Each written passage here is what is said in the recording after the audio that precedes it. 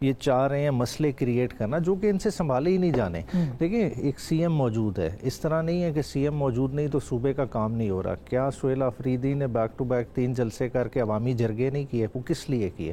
وہ عوام کی سیفٹی اس پہ کنسنسس کریٹ کرنے کے لیے کیے. اگر کوئی منسٹر نہیں موجود, مگر کابینہ کیوں نہیں بنائی؟ آپ خود ایک کانسٹیٹیوشن کے اسٹوڈنٹ ہیں, پولیٹیکل پارٹی کے رکن ہیں, کیوں نہیں بنائی انہوں نے کابینہ؟ دیکھیں آج اگر آزاد کشمیر میں ایک ٹیبل ٹرن ہو رہے ہیں, نواز شریف کے بغیر یہ فیصلہ نہیں کر سکتے, ہم کس طرح سے اپنے صوبے میں فیصلہ عمران خان کے بغیر کر لیں؟ تو پھر علیمہ بھی یہ کیوں کہہ رہی ہیں کہ ان کے تک جو فیصلہ پہنچنا تھا, جو باتیں پہنچنی تھی وہ پہنچ گئی ہیں, ملاقات کی ضرورت نہیں ہے؟ وہ میں نے بیان نہیں سنا, مگر جو سہیل آفریدی کا مینڈیٹ ہے خان نے اس کو دیا ہے, مگر وہ اپنی کلیئرٹی کے لیے عمران خان سے ملنا چاہتے ہیں. دیکھیں ایک صوبے کو گورن کرنا ہے, ایک سی ایم کو نکالا گیا ہے, یہ اس طرح سے نہیں ہے کہ آج 8 فروری کا الیکشن ہوا ہے, نیا سی ایم الیکٹ ہو کے آ گیا ہے. ایک سی ایم کو اگر کسی وجہ سے ہٹایا گیا, خان نے پلیئر چینج کیا ہے, تو کیوں چینج کیا ہے؟ اس کی کوئی وجوہات ہیں؟ کیا وجوہات؟ ابھی تک تو ہمیں نہیں پتہ چلا, نہ کوئی کرپشن کی ہمیں نشاندہی کی گئی ہے, نہ کوئی گورننس کے ایشو بتائے گئے ہیں, صرف ایک ایجنڈا ہے کہ عمران خان صاحب کی رہائی نہیں عمل میں لا سکتے. یہی تو چیز ہے کہ جب سہیل آفریدی اپنے کپتان سے ملے گا, ان پٹ اس چیزوں پہ لے گا, تو پھر ہی کلیئرٹی آئے گی نا. اگر آپ کہیں کہ وہ ان ڈارک کھیلنا شروع کرتے, وہ کیبنٹ بنا لیتا ہے, سپوز XYZ کو کر لیتا ہے, وہ خان کے ویژن کے مطابق ہی نہیں ہوتے, کم از کم اسے ویژن کی تو کلیئرٹی ہو. ویژن یا انسٹرکشنز کے مطابق؟ دیکھیں ویژن انسٹرکشنز کے ذریعے ہی ویژن کی کلیئرٹی آئے گی. دیکھیں ایک چیز سمجھنے کی ضرورت ہے, سہیل آفریدی نے کبھی عمران خان کے ساتھ کسی کیبنٹ میں کام نہیں کیا, وہ پچھلی دفعہ کوئی MNA نہیں تھا, ٹھیک ہے, گراس روٹ سے ایک بندہ آیا, ٹھیک ہے, ایک کور میں نہیں تھا, تو اس کو گائیڈنس تو چاہیے. اب بغیر گائیڈنس کے آپ کہیں کہ وہ اپنا جو ہے نا اکاؤنٹ کھول دے اور چیزوں کو چلا دے. کمانڈر صاحب سے کیوں ملے اگر وہ نہیں ملے؟ وہ ایک بڑی میٹنگ میں نہیں آئے جہاں پہ آرمی چیف بھی تھے, جہاں پہ وزیر اعظم بھی تھے. یہ غلط طرح سے پورٹرے ہو رہا ہے. ان کی طرف کون آیا ہے یہ بتائیں, بات ہے وہ نہیں چل کے گئے. آپ کے خیال میں وزیر اعظم کو ان کے پاس جانا چاہیے؟ سی ایم ہے, سی ایم کے پاس کوئی بھی آ سکتا ہے, سی ایم کے دروازے کھلیں. اب یہ کہیں کہ ہم پرائم منسٹر خود چل کے چلے جائیں, آرمی چیف چلے جائیں, آرمی چیف تو جا سکتے ہیں, وہ تو مسئلہ نہیں ہوگا. پڑے گی پرائم منسٹر کو ضرورت تو KPK آئے, ہم ریسیو کریں گے, اس میں کیا ایشو ہے؟ لیکن وہ پرائم منسٹر کے پاس نہیں آئیں گے. ایک فیڈریٹو یونٹ کے جو چیف ایگزیکٹو ہیں وہ پرائم منسٹر پاکستان کے پاس نہیں آ سکتے. مزمل کو بھیجا نا اپنے نومنی کے بہاف پہ, یا ہم نے خالی تو نہیں چھوڑی. آپ ہماری نمائندگی تھی اور افیکٹو نمائندگی ہوئی. آپ ان کے کسی وزیر سے پوچھ لیں کہ فورم خالی کیا, مزمل نے سارے آسپیکٹس کو ہائی لائٹ کرایا. آپ کا جو پوائنٹ ہے نا بالکل درست ہے, لیکن مسئلہ یہ ہے کہ اس ایک پوائنٹ کے اوپر آ کے فیڈریشن کے ساتھ محاذرائی کرنا, کیا آپ کو لگتا ہے کہ پولیٹیکل اسٹریٹجی کے طور پہ یہ کامیاب اسٹریٹجی ہے, یا آپ کو لگتا ہے کہ مقاصد کچھ اور ہیں اور اس کو ایک نشانہ بنایا جائے؟ نہیں دیکھیں, فیڈریشن کے ساتھ کوئی محاذرائی نہیں, یہ آرٹیفیشل بنائی جا رہی ہے. دیکھیں بڑے میرے بھائی نے کانسٹیٹیوشن کا حوالہ دیا, کیا right to life Imran Khan کا کانسٹیٹیوشن گارنٹی نہیں کرتا؟ کیا اس رائٹ ٹو لائف کے تحت خان صاحب کی ملاقاتیں نہیں تعین, اور ملاقاتیں وہ ہیں جن پہ سپریم کورٹ, ہائی کورٹ کا, اسلام آباد ہائی کورٹ کا 3 ممبر بینچ ملاقاتیں دے چکا ہے. جب وہ حقوق موجود ہیں تو کیوں نہیں امپلیمنٹ ہوتے؟ یہ کس کی انا کی تسکین ہو رہی ہے کہ متواتر ملاقاتیں نہیں کرائی جا رہی؟ جان بوجھ کے ملک کو کیوس میں کون دھکیل رہا ہے؟ یہ چیزیں دیکھنے والی ہیں. اچھا, اب یہ جواب آپ دیجیے گا, پھر میں شرمیلہ کے پاس جاؤں کہ یہ جو سوال اٹھائے ہیں کہ کون دھکیل رہا ہے, ایک نان ایشو کو ایشو فیڈرل گورنمنٹ نے بنایا نا, تو کیوں بنایا گیا؟ دیکھیں میں نے تو جو مطالعہ کیا ہے جیل مینول کا اور جیل رولز کا, اس میں صرف اور صرف آپ کے وکلاء اور فیملی ممبرز کی ملاقات ہو سکتی ہے. اس میں بالکل یہ نہیں لکھا کہ ایک صوبے کا سی ایم ہے, کیونکہ آپ پارٹی کے ایک لیڈر ہیں, وہاں پہ پولیٹیکل ڈسکشن ہونی ہے, یا آپ نے کسی قسم کی کابینہ کی فارمیشن کرنی ہے. یہ تو جیل رولز اور جیل مینول میں ہے ہی نہیں. پور صاحب تو ملتے تھے, اور ان کے لیے تو صبح 7 بجے بھی دروازہ میں یہ سمجھتا ہوں اس تمام تر معاملے کے اوپر جتنا یہ پولیٹیسائز کر رہے ہیں, رائٹ ٹو لائف اور لبرٹی ہے بالکل, اور بالکل ان کو وہ میسر ہے. جو ان کے آئینی جو رائٹس ہیں, جو ان کے حقوق ہیں, وہ ان کو مل رہے ہیں. ڈیو پروسیس, فیئر ٹرائل, یہ تمام تر چیزیں ان کو موصول ہوئیں, ان کو ملی, through out the trial procedure ہوئیں. وکلاء نے جرا کی, وکلاء نے بحثیں کی, وکلاء نے اپنا جو دفاع کا موقف تھا وہ سامنے رکھا. یہ تمام تر چیزیں تو ہوئیں. یا تو پھر انکنٹیسٹڈ چھوڑ دیتے, کنٹیسٹ نہ کرتے. یاد رکھیے گا یہی دلائل آپ لوگوں کے خلاف. دیکھیں میں تو یہ کہہ رہا ہوں کہ ہم نے تو وہ سب کچھ, اور ہم نے یہ جو کہا جاتا ہے نا کہ جو فیسلٹیز ہیں, یہ آپ تاریخ میں دیکھ لیں کہ کسی سابق وزیر اعظم کو یا اس سٹیچر کے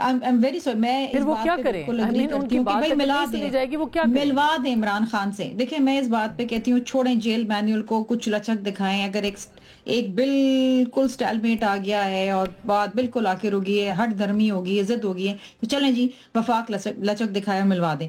لیکن یہ ان کی طرف سے بھی بالکل ہٹ دھرمی ہے کہ جی آپ نے کابینہ کی تشکیل کو نتھی کر دیا عمران خان کی ملاقات سے، پورا صوبہ جو ہے وہ سٹینڈ سٹل پہ آ کے کھڑا ہو گیا. دیر از نو گورنمنٹ، کوئی کابینہ نہیں ہے. اور ان کو لایا کس لیے گیا تھا؟ جو بیانیہ یہ بنا کے لے کر آئے تھے اور گنڈا پور کو نکالا تھا کہ جی ایڈمنسٹریٹو معاملات صحیح نہیں ہے، امن امان نہیں ہے. اب یہ بات کر رہے ہیں جو عمیر بھائی نے ابھی بات کی ہے، وہ یہ بات کر رہے ہیں کہ جی وہ نئے ہیں، ہی از اے نووس، اور وہ کس طریقے سے بغیر مشاورت کے کریں گے. تو وہ چلائیں گے کیسے صوبہ؟ ایک نووس جو فرسٹ ٹائم ایم پی اے بنا ہے، وہ آ کے صوبے کے اتنے چیلنجنگ حالات کے اندر، اتنا سینسٹیو صوبہ، ساری کی ساری دہشت گردی اس وقت جو ہے میجورٹی وہ کے پی کے میں ہوئی. نئے ہونے کے اوپر تو میرا نہیں خیال، ہر بندہ نیا ہی بنتا ہے جب بھی پہلی بار بنتا ہے، وہ 60 سال کا ہو یا وہ 25 سال کا ہو. مگر سوال یہ ہے گنڈا پور کو کیوں نکالا گیا؟ یہ کہہ کے نکالا گیا، گنڈا پور کو نکالا گیا کہ جی وہ معاملات نہیں چلا پا رہے، صوبے میں امن امان نہیں قائم کر پا رہے. تو یہ نیا بندہ آ کے پھر کیسے کر لے گا؟ کوئی ویٹرن لے آتے، کوئی سمجھدار جو experience who. You need experience نا. ایک چھوٹی سی بریک لیں گے، واپس آئیں گے، ہمارے ساتھ رہیے گا.